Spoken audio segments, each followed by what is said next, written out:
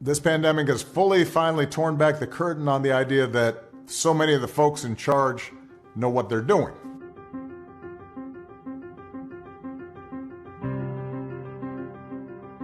You're going to have to grow up faster than some generations.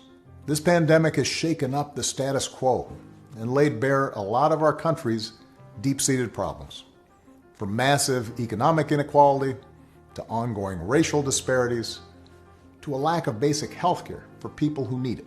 It's woken a lot of young people up to the fact that the old ways of doing things just don't work. That it doesn't matter how much money you make if everyone around you is hungry and sick.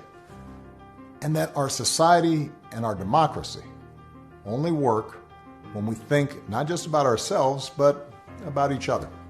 It's also pulled the curtain back on another hard truth. Something that we all have to eventually accept once our child, and you'll be part of the solution instead of part of the problem. And finally, build a community. No one does big things by themselves. Right now, when people are scared, it's easy to be cynical and say, let me just look out for myself, or my family, or people who look or think or pray like me.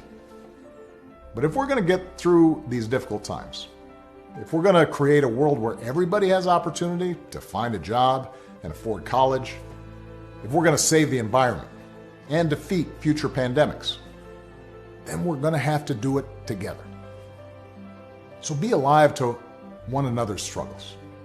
Stand up for one another's rights. Leave behind all the old ways of thinking that divide us: sexism, racial prejudice, status, greed, and set the world on a different path.